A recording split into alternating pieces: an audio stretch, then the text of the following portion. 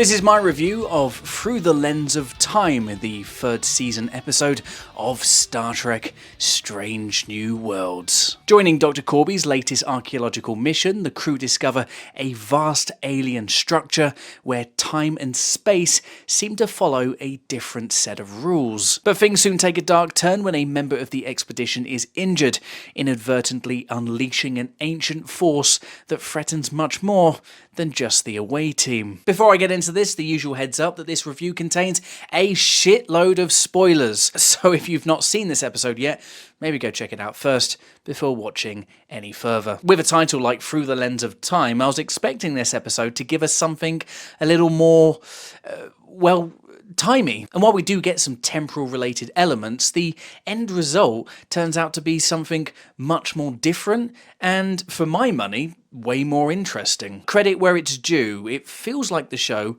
is actually trying to give us something new. The episode is a fascinating mashup of a bunch of different things. An Indiana Jones style adventure fused with elements of paradoxical high concept sci-fi, epic Lovecraftian horror, and a big whiff of the existential nightmare of The Exorcist, of all things. Visually, there are strong nods to sci-fi horror modern classics like Event Horizon with the eyes, or lack of, and Prometheus with the disorienting and otherworldly alien structure. So yeah, it's another horror episode that's highly derivative. The show is still cribbing from a number of influences, but for me, the sum of its parts ends up feeling mostly original, and I think that's worthy of praise. Beneath the horror and high-concept sci-fi, the episode gives us some small but meaningful moments of character development. I can take or leave most of the stuff with Chapel and Spock and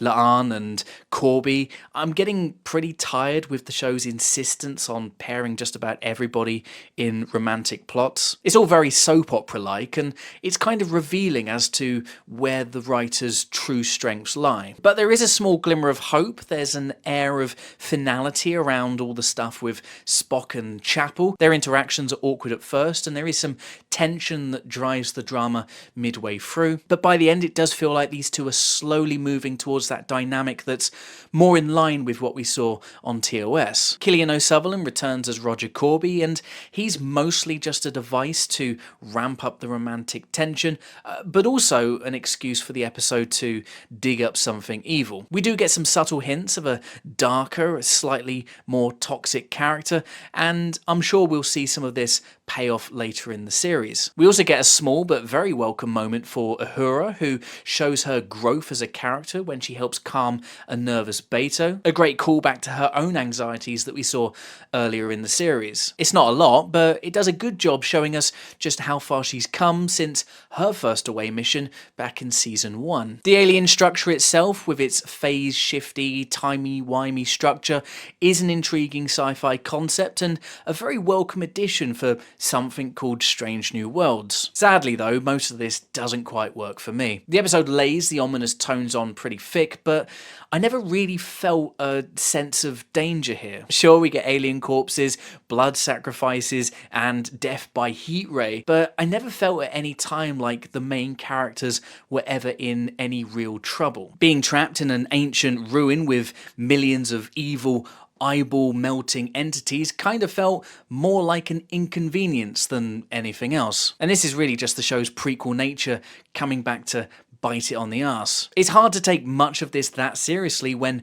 almost everyone involved is going to end up in later Trek. Nothing's going to happen. They're going to be fine, and that kind of kills it for me. I also don't think they fully nail the concept of the alien structure. Over the course of the episode, we get at least 3 separate moments where characters ask questions about the science and get an answer to the effect of, I don't know. This is emblematic of a wider issue with modern Star Trek, the struggle to make high-concept ideas feel smart, but also accessible. And again, more evidence that the writers of this show just aren't that comfortable with all the technobabble. I mean, to compare this, go back and look at an early scene in First Contact, the moment the Borg travel back in time. The way this subspace temporal vortex is explained to the audience is a thing of beauty. We have data with the science, then Picard simplifies it, and then finally Riker dumbs it down enough so just about everyone can get it. There's an art to this. You've either got it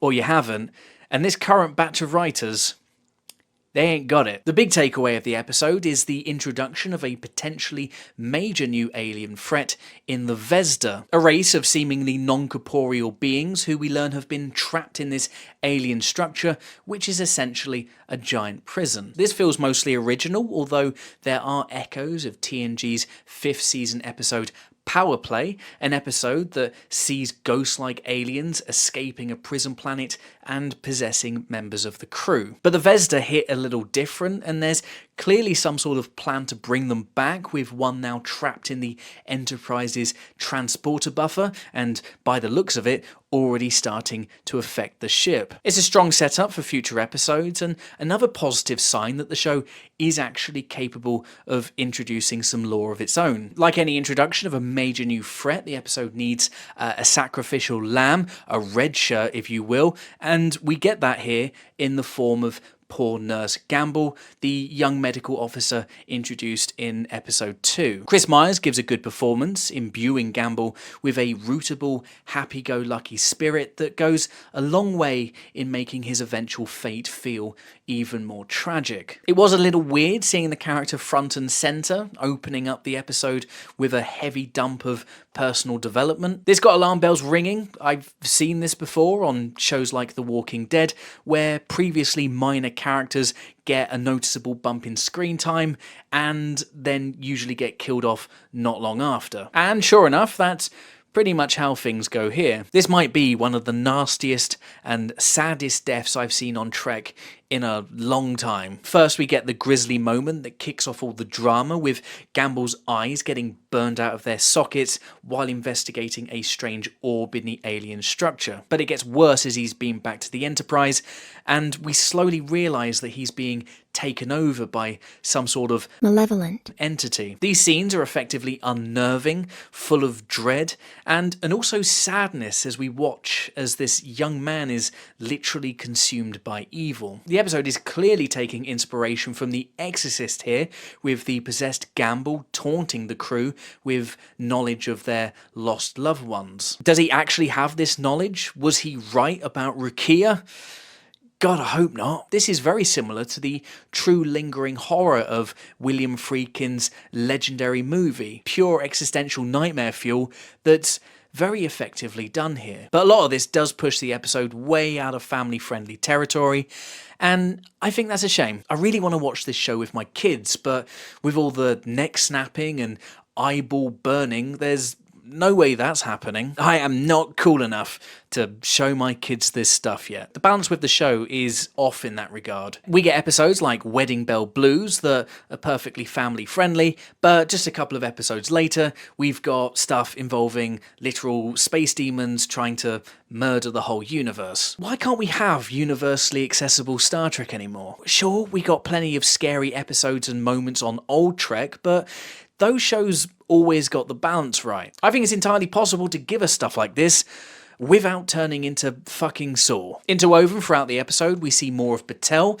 continuing to build on her Gorn DNA fusion introduced a couple of episodes ago. And yeah, it doesn't look good for her, does it? Her transformation is clearly accelerating, and we get a very interesting moment where she instinctively recognizes the possessed Gamble, who in turn seems to recognize something in her too. I'm increasingly convinced that Patel is morphing into some kind of Gorn hybrid, potentially bridging the gap between the Gorn we've seen so far on the show and the one Kirk eventually gets into it with in Arena. I've seen some people scoff at the idea, and yeah, it's definitely a wild move to reconcile canon, but I kind of like it. And if this turns out to be true, this is a very interesting parallel to Pike's own fate. Two humans who are destined to lose their humanity. I do have a couple more issues, small gripes, but ones that just really didn't need to be. After weeks away, Pelia finally returns, and she's a mixed bag. She exists here really just to deliver a load of exposition about the Vesda, a kind of combination of Guinan's intuition and also La'an and how she happens to know everything about the Gorn. It's a bit of a crutch that this show just can't stop leaning on. But way worse is the absolute tonal whiplash she gives us at the end of the episode. She delivers a very dramatic monologue about the new threat posed by the Vesda and how there really is evil out there in the universe. But literally a second later, she breaks the moment, turning to Beto and telling him that she's ready for her close-up. No! Don't do this. This is the same kind of tonal dissonance that made me never want to watch an MCU movie again. At best, it undercuts all the dread and stakes the episode had worked so hard to build. At worst, it essentially brushes this new threat off as something we don't need to really worry about. And that's not what we want to do here, right? Surely. Despite my issues, Through the Lens of Time is a decent and mostly enjoyable episode, a welcome improvement following last week's swing and a miss. I like the dark atmosphere, the horror elements, the attempts to inject something fresh and new into the universe, and most of the character stuff works here as well. It's an episode that should please genre fans as well as those who love their Trek a little bit more darker, a little bit more serious. There are flaws, the tonal shifts, the emphasis on dancing, and just about everything with Pelia. But at the end of the day, I'd rather see the show get messy trying to do something new than play it safe with yet another boring rehash. And that's mostly what we got here, and for that reason, I'm giving Through the Lens of Time a 7 out of 10. It's closer to a 6 than an 8. But what did you think of this episode? Did you love it? Did you hate it? How would you rate it? Let me know in the comments below. Thanks for watching, subscribe for more Star Trek reviews, and until next time, live long and prosper.